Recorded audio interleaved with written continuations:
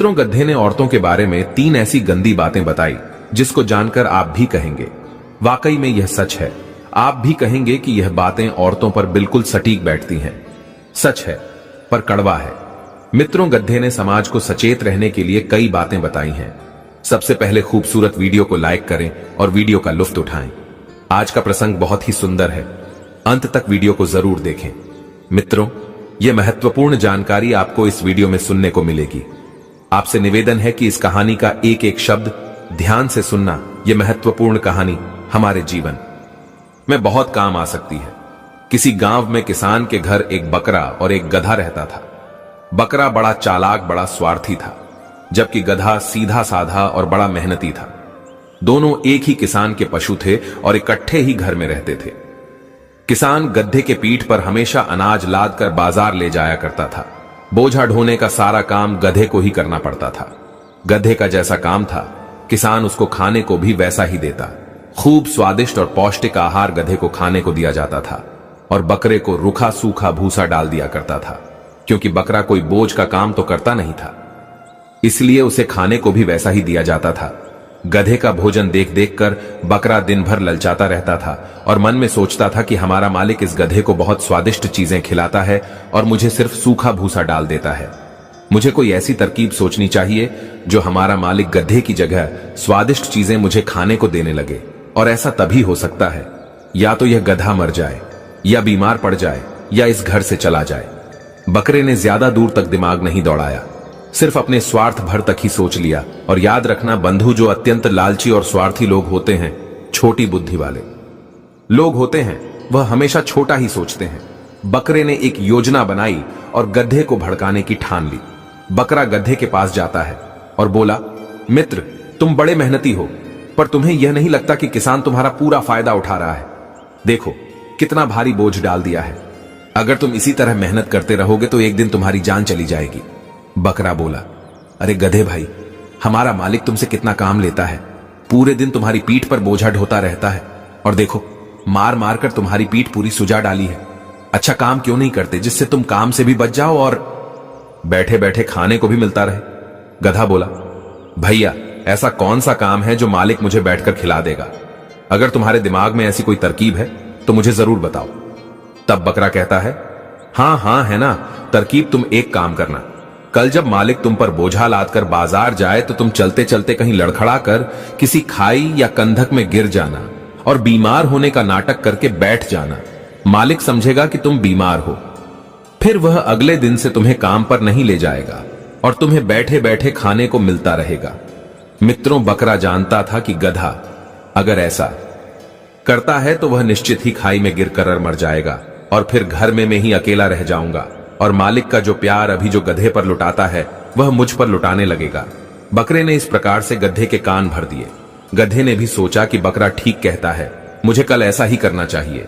उसने बकरे की बातों पर विश्वास कर लिया। उसने कहा, तुम सही कहते हो मित्र। गधे ने बकरे की सलाह मान ली। अगले दिन किसान को अपना अनाज लेकर बाजार में जाना था और आज गधे की दुर्गति देखने के लिए बकरा भी किसान के साथ हो लिया। वो जैसे ही बीच रास्ते में पहुंचा, वो अचानक जमीन पर गिरता हुआ पास में खंडक में गिर जाता है। खंडक में गिरने के कारण गधे की कमर टूट जाती है। किसान ने उसे उठाने का बहुत प्रयास किया, मगर वह बेचारा नहीं उठ सका। किसान ने देखा कि गधा गिरा हुआ है तो उसने सोचा कि शायद एक आध सचमुच बहुत चोटिल हो गया है और अब बोझा लेकर आगे नहीं जाया जा सकता। उसने तुरंत गधे को उठाकर किनारे किया और सारा सामान बकरे पर लाद कर लेकर चलने लगा। अब बकरे को भारी बोझ उठाकर बाजार जाना पड़ा। वो पछताता रहा था कि उसने ऐसी अकल गधे को क्यों बताई। बकरे के मुंह से अब हाय हाय की आवाजें निकलने लगी। गधे ने तो मार डाला रे 2-3 बार में। किसान ने वह सारा बोझा उसी बकरे की पीठ पर लाद कर बाजार पहुंचाया, लेकिन अब कोई उपाय नहीं था। अब बहुत देर हो चुकी थी। बकरे की चालाकी उसी पर भारी पड़ गई और वह अपनी ही चाल में फंस गया। अब अगले दिन किसान ने अपने गधे को ठीक कराने के लिए डॉक्टर को बुलाया। डॉक्टर ने किसान को बताया कि आपके गधे की कमर तो ठीक हो जाएगी, लेकिन इसके लिए बकरे की चर्बी से मालिश करनी पड़ेगी। किसान ने कहा, इसकी आप चिंता मत करो, मेरा गधा बहुत काम का है, उसके बिना मेरा सारा काम चौपट पड़ा है। बकरा तो मेरे घर में ही रहता है और वह आज मेरे गधे के काम में आ जाएगा, इससे अच्छी बात क्या होगी मित्रों। यह बात जब बकरे ने सुनी तो सुनकर बकरा बड़ा दुखी हुआ। बकरा थर थर कांपने लगा और कहने लगा, आज गधे ने तो बड़ा गधों वाला काम किया है कि यह क्या मैंने इस गधे को ईर्ष्या बस ऐसी अकल बताई, मेरी बुद्धि मेरी ही जान पर बनाई।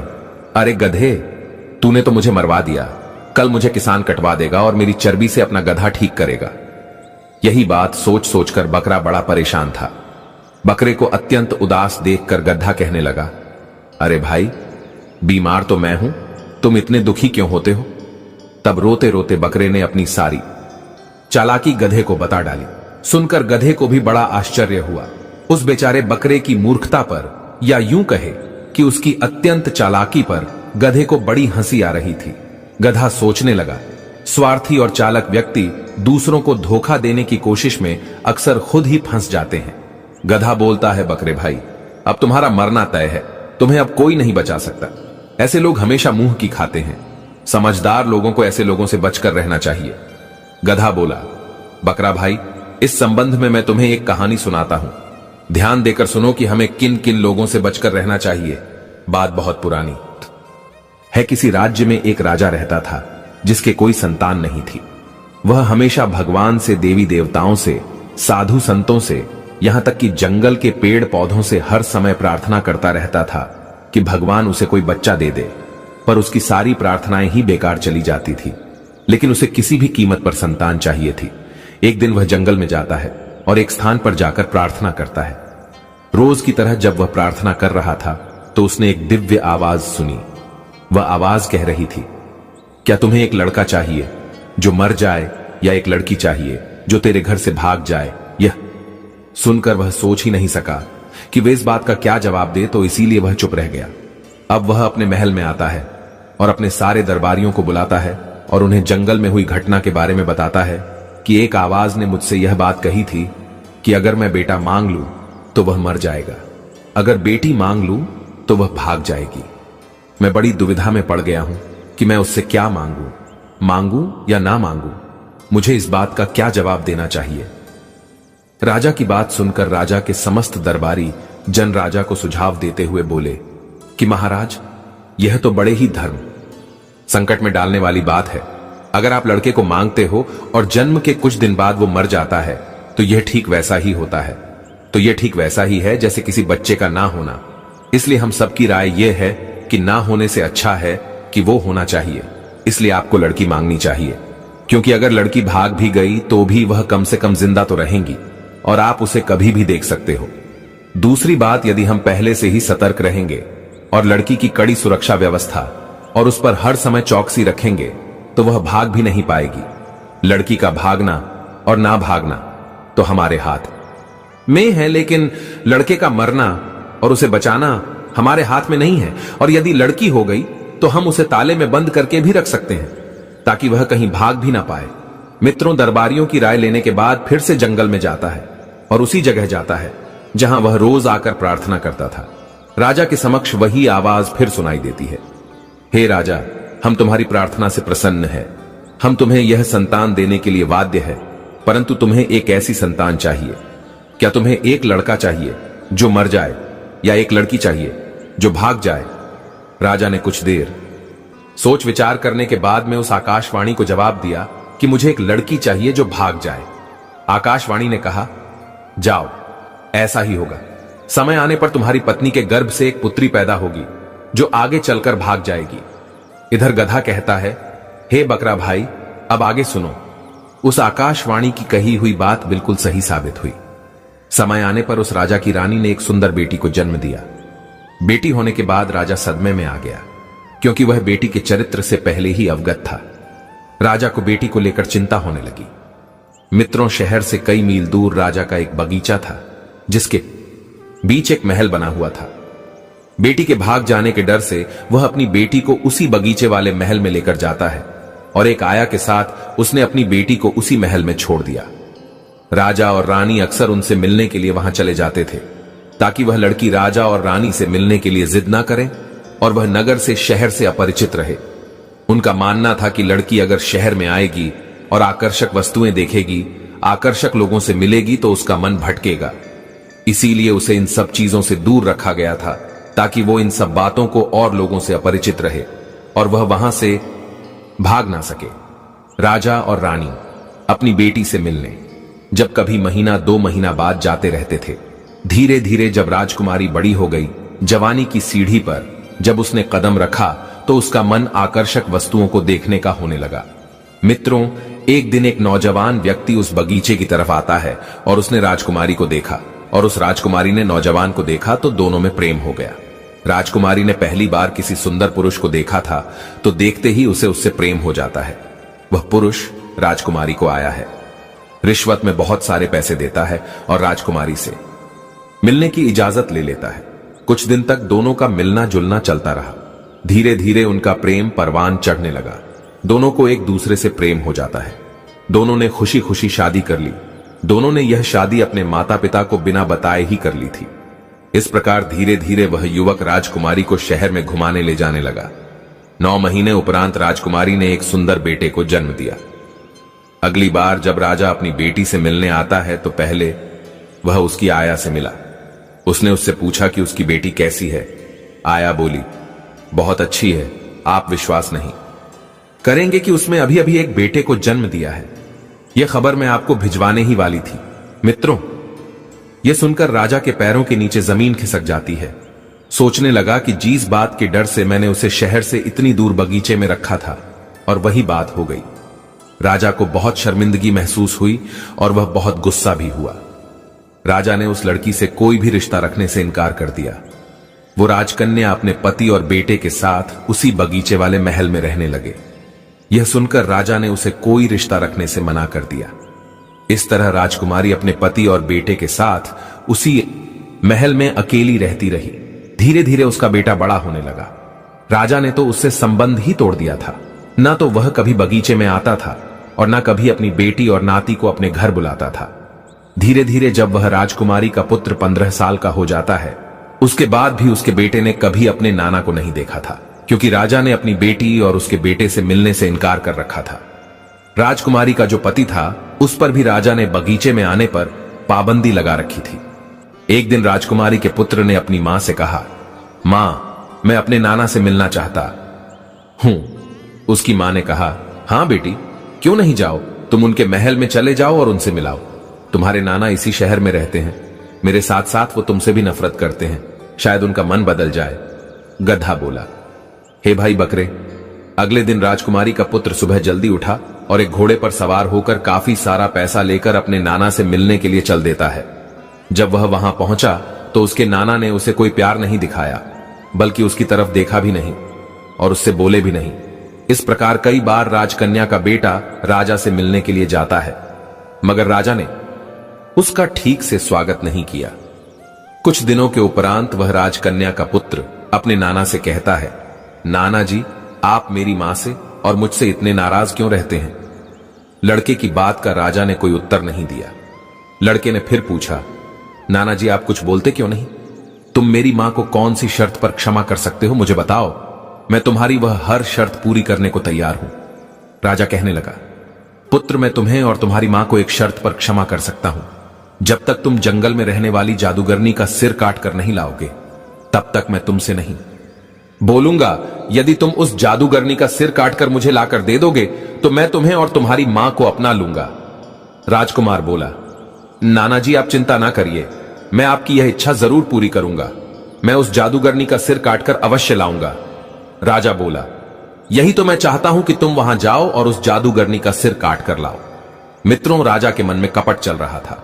वो उस लड़के को अपने कपट जाल में फंसा रहा था, क्योंकि वह जादूगरनी एक ऐसी जादूगरनी थी जो कोई उसको देखता था वह पत्थर का बन जाता था। और यह बात वह राजा जानता था कि उसके नाती के साथ भी यही होने वाला है। यह उसका शीश लेने जाएगा और उसका चेहरा देखते ही पत्थर का बन जाएगा। इसलिए उसने यह कहा था कि वह उस जादूगरनी का सिर काट कर ले आए।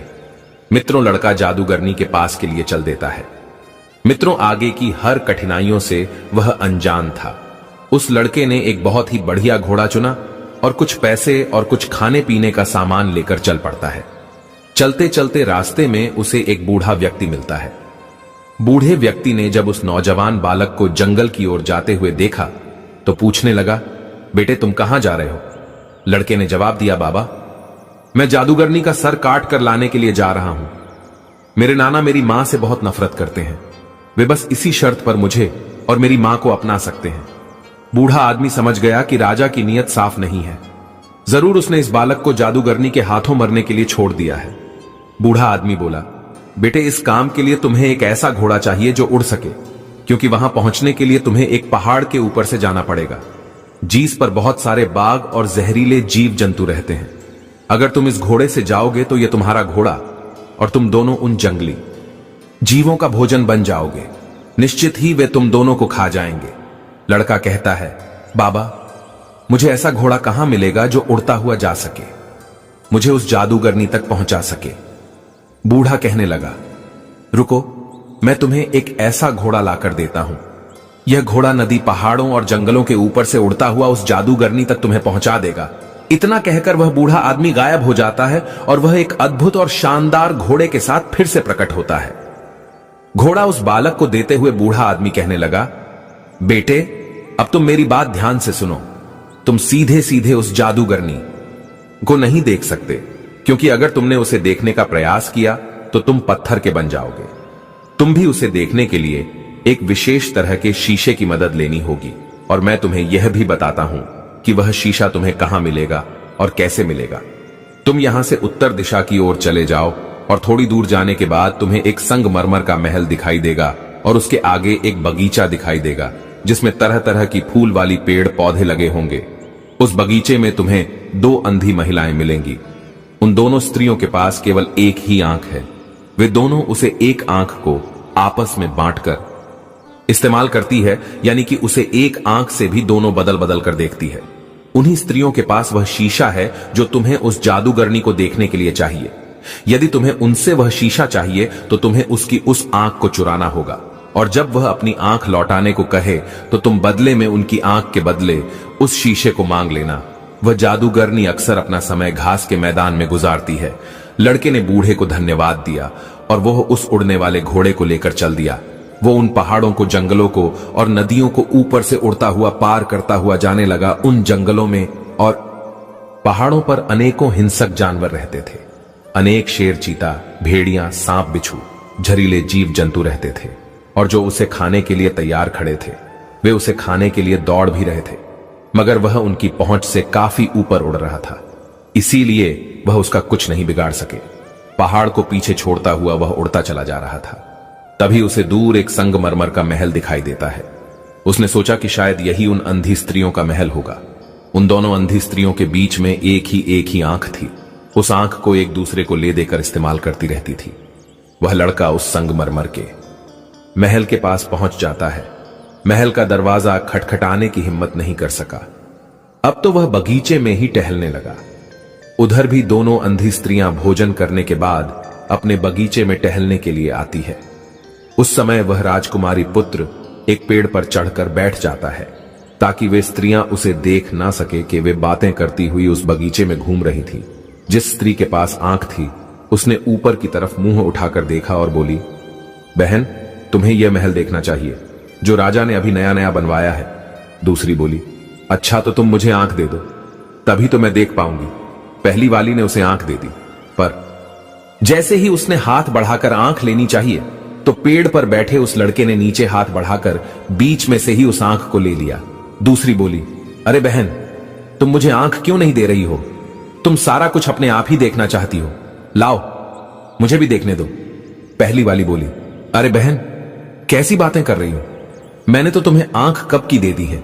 दूसरी वाली बोली, नहीं तुमने मुझे आंख अभी तक नहीं दी है, सचमुच तुम मुझे बेवकूफ बना रही हो। पहले वाली स्त्री ने कहा, बहन मैंने अभी तो तुम्हारे हाथ में वो आंख रखी थी, तुम्हारे पास नहीं है तो कहां है मित्रों। इस प्रकार में दोनों आपस में बहस करती रही, जब तक कि उन्हें यह पता नहीं चल गया कि उनमें से किसी के पास वह आंख नहीं है। वे दोनों विचार करने लगी, बहन जब हम दोनों के पास आंख नहीं है तो फिर हमारी आंख किसने ले ली? लगता है हमारे बीच में कोई तीसरा व्यक्ति भी मौजूद है जिसने हमारे साथ छल करके उस आंख को चुरा लिया है।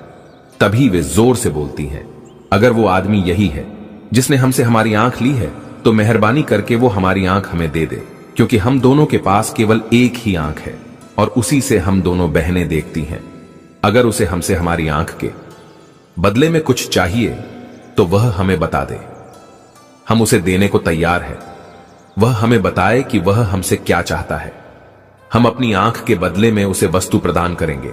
तब वह लड़का पेड़ से नीचे उतर आता है और उनसे कहता है, तुम्हारी आंख मेरे पास है, मुझे इसके बदले में आपसे वह शीशा चाहिए जिसमें मैं जादूगरनी को देख सकता हूं। उन दोनों स्त्रियों ने कहा, बेटा पहले तुम हमारी आंख हमें वापस कर दो, तभी तो हम तुम्हें ढूंढ कर दे सकेंगे। मित्रों, उस लड़के ने उनकी वो आंख लौटा दी। उनमें से एक स्त्री ने अपनी आंख लगाई और दोनों महल में चली गई। कुछ देर में ही एक शीशा लेकर वापस लौटती।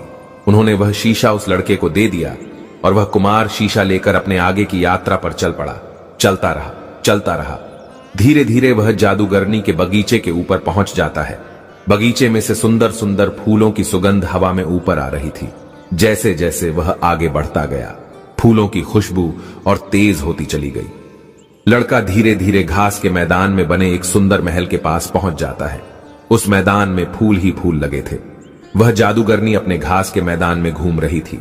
उस लड़के ने अपना घोड़ा थोड़ा पीछे किया और उसने जादूगरनी की तरह पिट कर ली और फिर उसी शीशे में देखता हुआ वह जादूगरनी की ओर बढ़ने लगा। जादूगरनी को अपनी ताकत पर बहुत विश्वास था कि वह उसे देखते ही लोग पत्थर के बन जाते हैं, और अपनी इसी ताकत के भरोसे पर वो किसी से बचकर भी कहीं भागने की कोशिश नहीं करती थी। जादूगरनी बगीचे में ही घूमती रहती थी।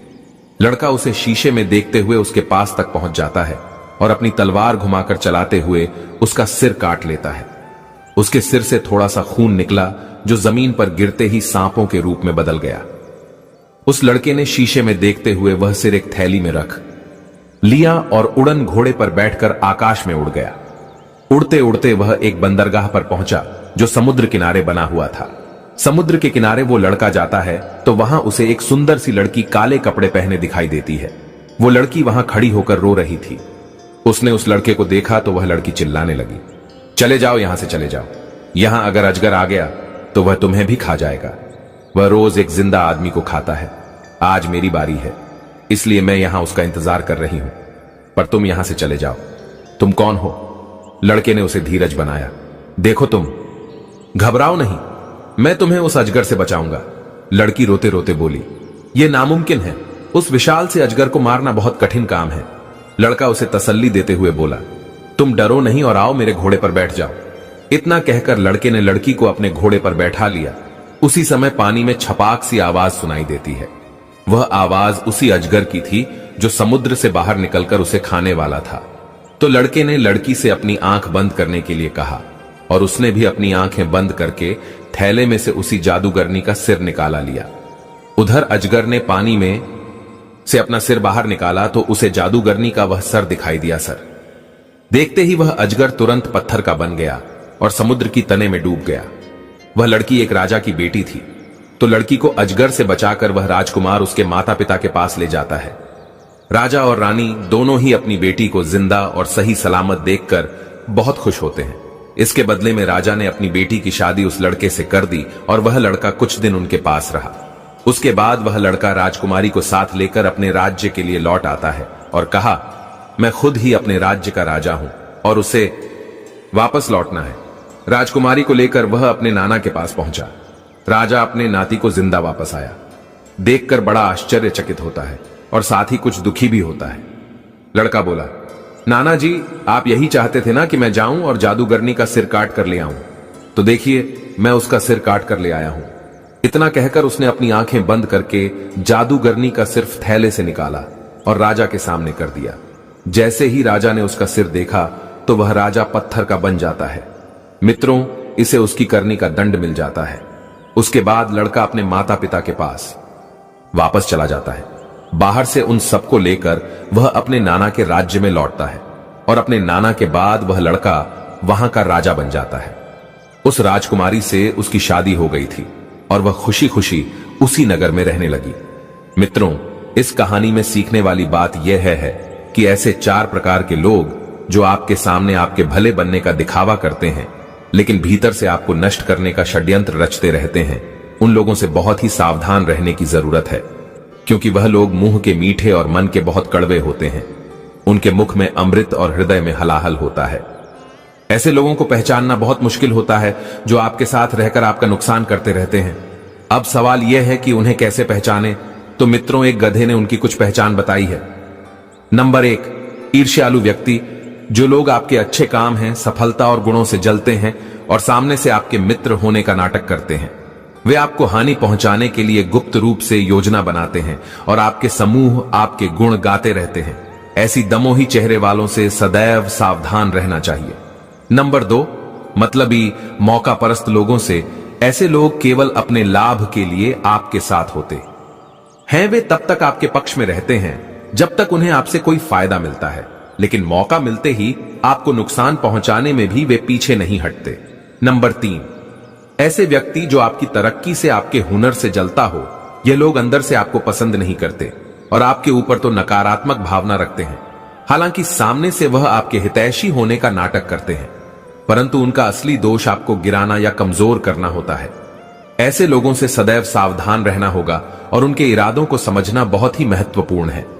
चौथे प्रकार के लोग वे हो सकते हैं जो आपके सामने स्वयं को लज्जित या शर्मिंदा महसूस करते हैं, या आप उनके किसी ऐसे राज से वाकिफ होते हैं जो उन्हें कमजोर, बदनाम या पराजित कर सकता है। यह लोग इस कारण आपसे भयभीत होते हैं और अपने भीतर असुरक्षा का भाव रखते हैं। उनकी यह सुरक्षा धीरे धीरे आपको नष्ट करने की ओर ले जाती है, क्योंकि वे आपके प्रति विश्वास और द्वेष पाल लेते हैं। यह लोग अपनी सुरक्षा के कारण आपको एक खतरे के रूप में देखते हैं और इसी कारण से आपको नीचा दिखाने या नुकसान पहुंचाने का प्रयास करते हैं, क्योंकि आप उनके किसी गहरे राज से अवगत हैं।